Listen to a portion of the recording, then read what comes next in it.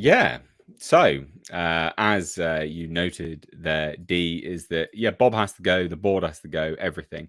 And that is predominantly what seems to be their focus and what they're trying to do, actually.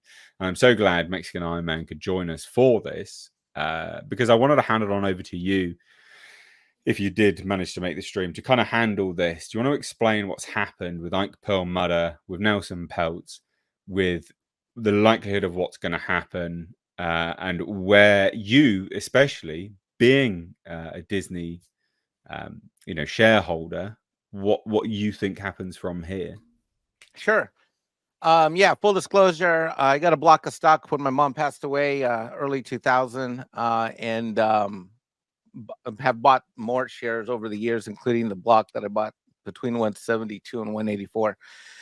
Uh, so I've been a long time follower of this company. Here's what happened, and I encourage everybody to go watch Nate's video that he released today. It was fantastic. Listen to it twice. It's great. Great job, Nate. But what we've got happening here is that we all know that earlier in the year, Nelson Peltz had a block. Well, two things happened. One is that he bought more stock during the year leading up to where we're at now. And number two is that Ike Perlmutter, who arguably, if not, I don't even know how you would say arguably, basically factually, is responsible for almost all of the success of Marvel, certainly in phases one, leading up through phase two, and all really everything that's been mostly successful and certainly profitable in the Marvel Studios. He was summarily dismissed earlier this year. In fact, after his dismissal, which was basically largely described as being a cost-cutting measure, which is BS, frankly. Um, Even in the aftermath, Bob Iger said that it was necessary to get rid of Ike in terms of taking Disney in a future direction. Well, chickens often come home to roost, as they say here in the States. And the Ike Perlmutter rooster is back. How? Well, he's aligned with Nelson Peltz, and the two of them together now have so you take the block of stock that Nelson Peltz was angling for a board seat earlier this year. There now is 4 times those shares on alignment together, as literally an aircraft carrier and a battleship cruiser are now lined up together, setting sail on the high seas towards Disney in the upcoming earnings call. 4 times the amount of block of stock shares are now sailing in the same direction between the Nelson Peltz Tran Group shares and the Ike Perlmutter shares. And Ike, let's not forget, was also on the board. And after his departure and after the flip from Chapek and the CFO, there's one less board seat now. I argue, and I hope that what will happen is that he will not only get one board seat, but ideally two. 3 would be fantastic, but 2 would be just awesome, because if somehow Nelson Peltz and Ike Perlmutter could somehow get 2 board seats together, that would be the most optimistic thing I could ever hope for. And that might actually create some change at a strategic level, because what's important is that while we might focus on a KK, in reality, with the focus of Disney riding its ship in all regards, theme parks, movies, cinema, it has to come from the board of directors, because the CEO and all of the officers report to the board of directors. And that's where change needs to start. If we don't get change at the board of director level in a meaningful way, then we've got problems. And where change really occurs within that board is on the committees, audit committee, executive, compensation, etc. And if we can get 2 of those seats, that will completely change the conversation of what happens moving forward, in my opinion. And that's what I'm hoping for. I'm hoping for 3 things on this earnings call. 1, to hear what's happened with Comcast. 2, to get dividends announced and declared and paid. And 3, which is the most important to me, is to hear that some deal has been struck that's going to name Nelson Peltz and or his designees to have 2 board seats. Yes. Well, Ike Perlmutter's come back with a vengeance, hasn't he? So he got fired unceremoniously. There's a bit of a background anyway. Ike Perlmutter got fired. Ike Perlmutter was the guy who sold Marvel to Disney. He was influential in that. He was influential in cost cutting. Well, it's not even cost cutting. It's just profit and loss, right? Normal business practices. He's a businessman. Yeah, he's a bit of a shrewd businessman. He's a bit cheap, but what he does or did solidified profits. Now, interestingly, previously he got Nelson Peltz involved in the proxy war. Proxy war was dropped as a quick bit of a background because Bob Iger made promises to Nelson Peltz, then immediately fired Ike Perlmutter. And we said at the time, I was like, that's definitely not gonna come back and bite you in the ass. Like, why would you do that? Stupid idiot. That guy owns the highest quantity of singular person stock. Like, he owns the most out of one individual. As just one entity rather than a business, a fund, a company, etc. So it was undoubtedly going to come back and bite Bob Iger in the ass, and it has, because Bob Iger hasn't managed to please Nelson Peltz, and then Ike Perlmutter has now come out and said the following: as someone with a large economic interest in Disney's success, I can no longer watch the business underachieve its great potential. I urge Disney's board to immediately welcome one or more Trian board candidates, including Trian's CEO and founding partner, Nelson Peltz, into the boardroom. I believe Nelson and Trian can help Disney's leadership better navigate the company's challenges and opportunities. Trian didn't want to comment. Disney didn't want to comment. We had some comments from Yahoo Finance, which is just, it sort of confirms what we've already said anyway. How they're basically up shit's creek effectively. So it's I can't remember, where's the statement. He owns enough. Here's the thing. He owns enough that I don't even know if he needs to get board seats to actually get something done there and make money on his investment, but we'll see. But worst case, you have an activist in the boardroom who'll be much more short-term focused than anyone currently on the board. And this is now because Ike Perlmutter has given control of his shares to Nelson Peltz. Basically, it is in effect a bit of a hostile takeover from within to enact change at a company-wide level. An activist investor is such a loaded term because it's completely inaccurate.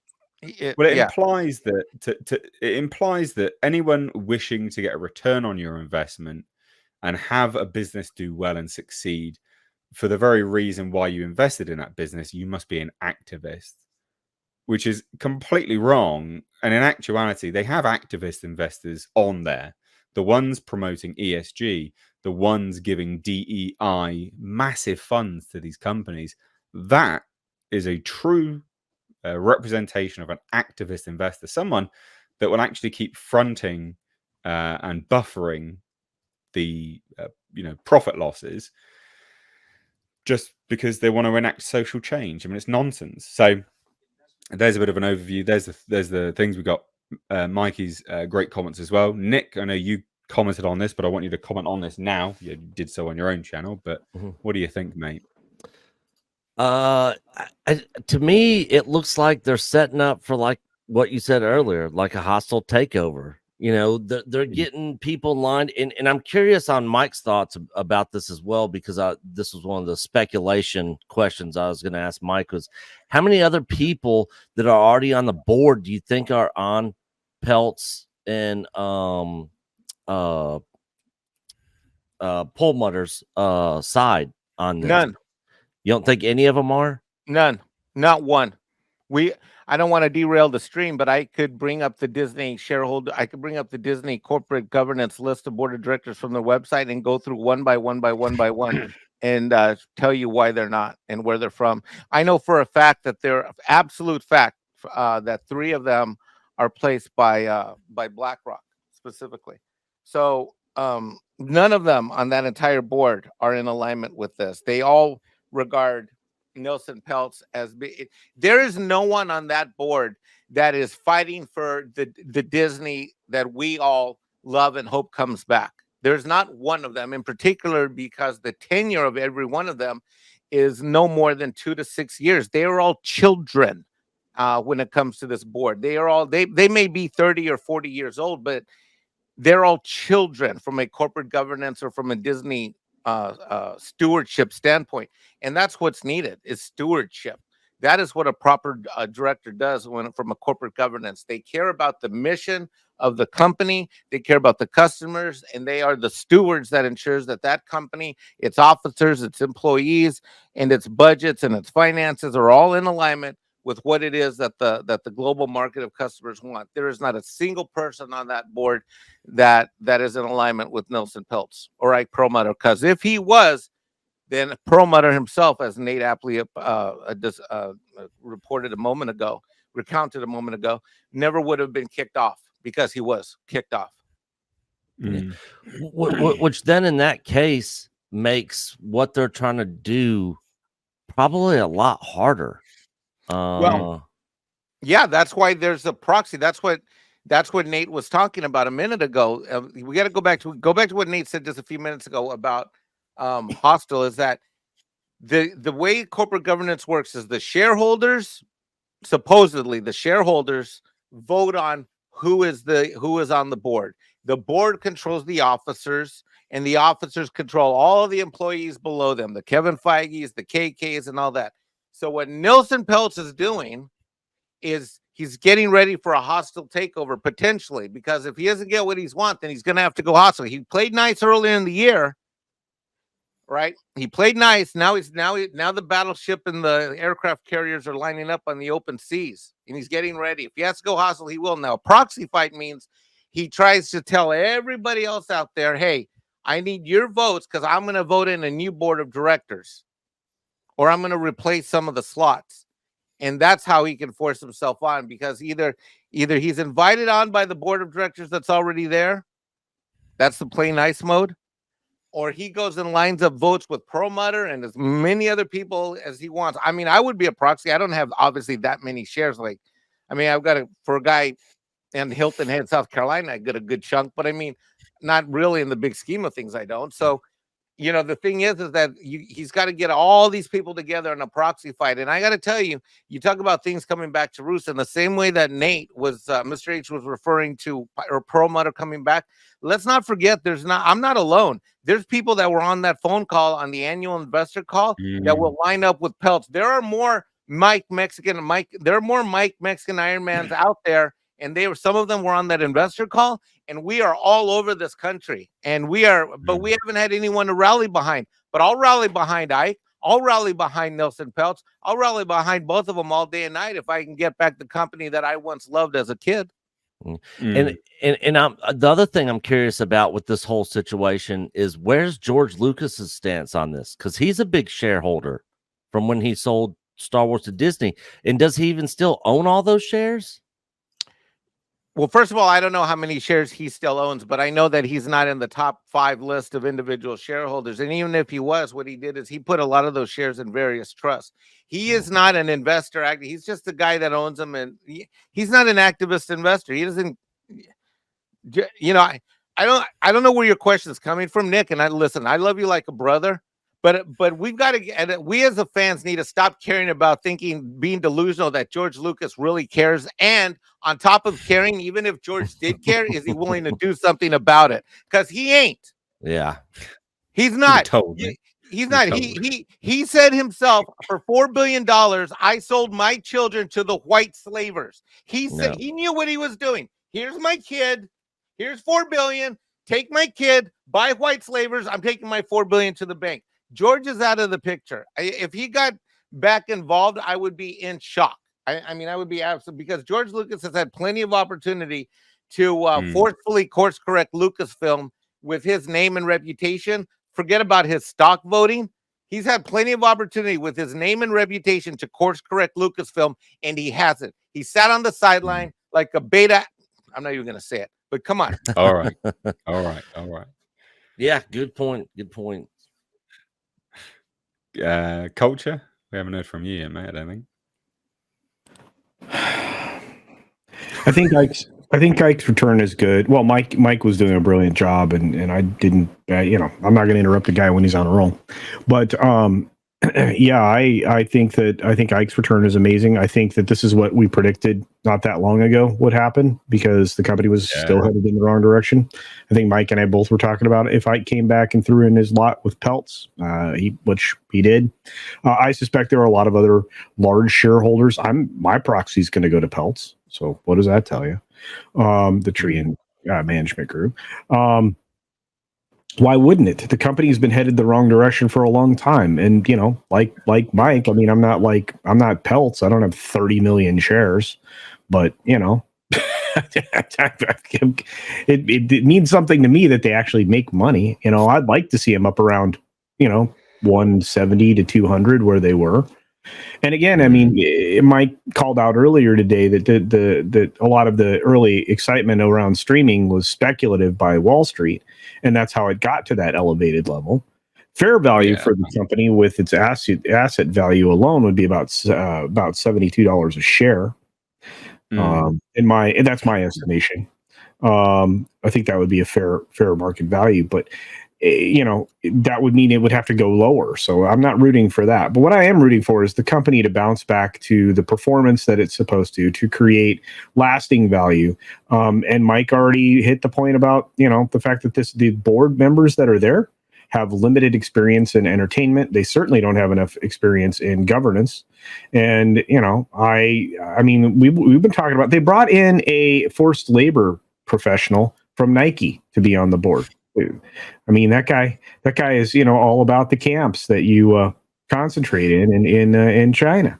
So, this is real, and I'm being careful in how I say these things, but honestly, these are the situations that would not happen with proper governance. And, it hasn't been there for a while. And everybody on that board, and I think Mike can probably speak to this as well, is handpicked by Iger, essentially. Yeah. Because he worked with the top three shareholders, which is BlackRock, State Street, and Vanguard. Vanguard's number one. BlackRock's number two. State Street's number three. So you have the three biggest, who all own shares in each other, by the way, for those of you that didn't know that. There you are. So those board members were carefully selected to work with Iger to, try to force social change on everybody instead of working towards the shareholder value. That's the fiduciary duty of the corporate officers and the board. There you go. It'll be interesting. What do we reckon the timeline is on this now? Meaning which timeline? Yeah. What do you want to do? Well, I guess from this announcement to any sign of further announcement. All right, actual implementation. I think.